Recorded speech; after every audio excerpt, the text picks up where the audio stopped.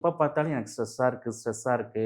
என் வாழ்க்கை ஏன் இப்படி இருக்குது அப்படின்னு சொல்லக்கூடிய ஒரு நபர், இன்னைக்கு அவங்கள சுத்தி இருக்கக்கூடிய எல்லாருக்காகவும் வாழக்கூடிய ஒரு நல்ல நபரா மாறி, ரொம்ப ஹேப்பியா பண்ணி, இன்னைக்கு நிறைய பொறுப்புகள் எடுத்து, இன்னைக்கு சோசியல் சர்வீஸ் பண்ற அளவுக்கு வளர்ந்துருக்காங்க.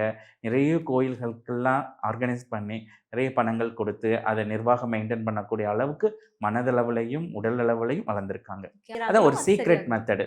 உங்க மன அழுத்தத்தில சஃபர் பண்ற ஒரே ஆள், நான் சொல்லக்கூடிய மத்தவங்களுக்கா பிரார்த்தனை பண்ணுங்க. ஒண்ணும் பிரார்த்தனை பண்றதுக்கு நம்ம ட்ரை பண்ணையில பண்ணலாம். சும்மா உட்கார்ந்திருக்க நேரம் பண்ணலாம். எது எதையோ யோசிச்சு, எது எதையோ புக் படிச்சு, எது எதையோ நெகட்டிவ் உள்ள பண்றது. உட்கார்ந்து ஒரு ப்ரேயர் பண்ணுங்க. ப்ரேயர் பண்றதுக்கு என்ன?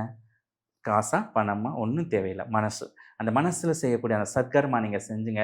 வாழ்த்துங்க. இந்த பிரபஞ்சத்த வாழ்த்துங்க. இந்த சொசைட்டிய வாழ்த்துங்க. உங்களுக்கு ஆட்டோமேட்டிக்கா அந்த ஸ்ட்ரெஸ் ஆகுறீங்க சொல்றீங்க இல்லையா? அந்த லெவல் கம்மியாகும். ஒரு நாளைக்கு 30 விஷயத்துக்கு ஸ்ட்ரெஸ் ஆகுற நீங்க 10 விஷயமா மாறும். அப்புறம் 5 விஷயம் மாறும். அப்புறம் அந்த 5 4 விஷயமா மாறும். அந்த நாளுமே இது உங்களுக்கு குடுக்கப்பட்ட சேலஞ்சும். எந்த விஷயம் இல்லைன்னா நம்ம இந்த தேகத்திலே இருக்க முடியாது.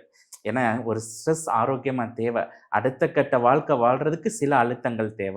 அதனால சில அழுத்தங்கள் இருக்கத்தான்